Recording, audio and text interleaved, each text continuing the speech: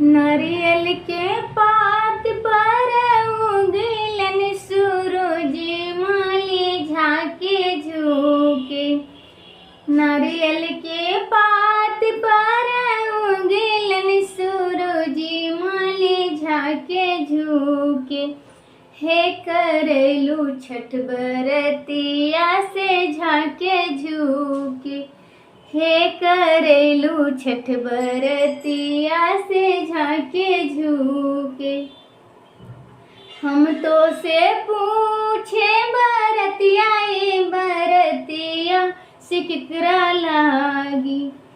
हम तो से पूछे बरतिया ए बरतिया से केकरा लागी।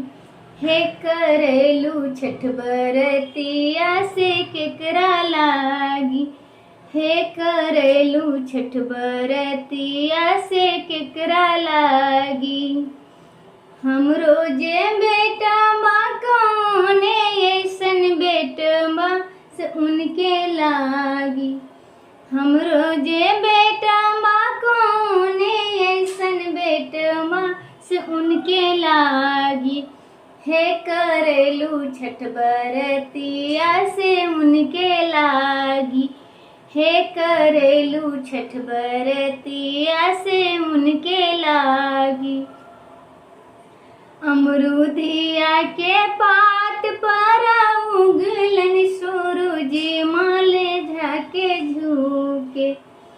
अमरूदिया के पात पर उगलन सूरज माले झाके झुके।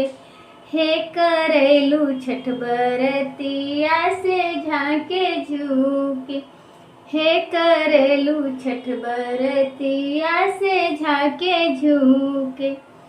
हम तो से पूछे बरतिया ए बरतिया से केकरा लागी। हम तो से पूछे बरतिया ए बरतिया से केकरा लागी।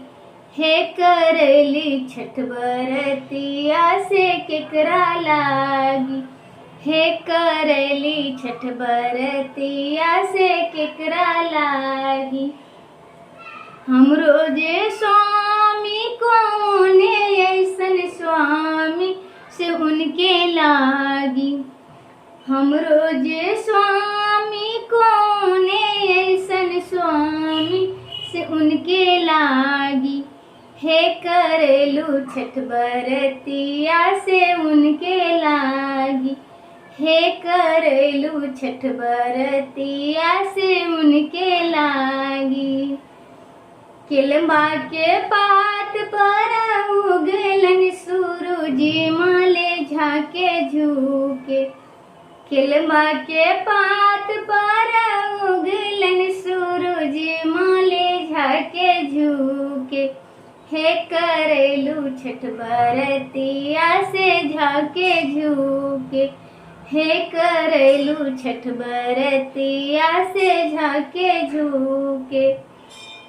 हम तो से पूछे बरतिया ए बरतिया से केकरा लागी। हम तो से पूछे बरतिया ए बरतिया से केकरा लागी। हे करेलू छठ बरतिया से केकरा लागी। हे करेली छठ बरतिया से केकरा लागी।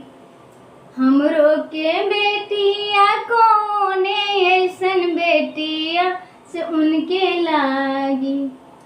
हमरो जे बेटिया कौने ऐसन बेटिया से उनके लागी। हे करेलू छठ बरतिया से उनके लागी। हे करेलू छठ बरतिया से उनके लागी। केलवा के पात पर उगलन सूरज माले झाके झुके। केलवा के पात पर उगलन सूरज माले झाके झुके। हे करेलू छठ बरतिया से झाके झुके। नेमुआ के पात पर उगलन सूरज माले झाके झुके। नेमुआ के पात पर उगलन सूरज माले झाके झुके। हे करेलू छठ बरतिया से झाके झुके। हे करेलू छठ बरतिया से झाके झुके। हम तो से पूछे बरतिया ए बरतिया से केकरा लागी। हम तो से पूछे बरतिया ए बरतिया से केकरा लागी। हे करेलू छठ बरतिया से केकरा लागी। हे करेलू छठ बरतिया से केकरा लागी।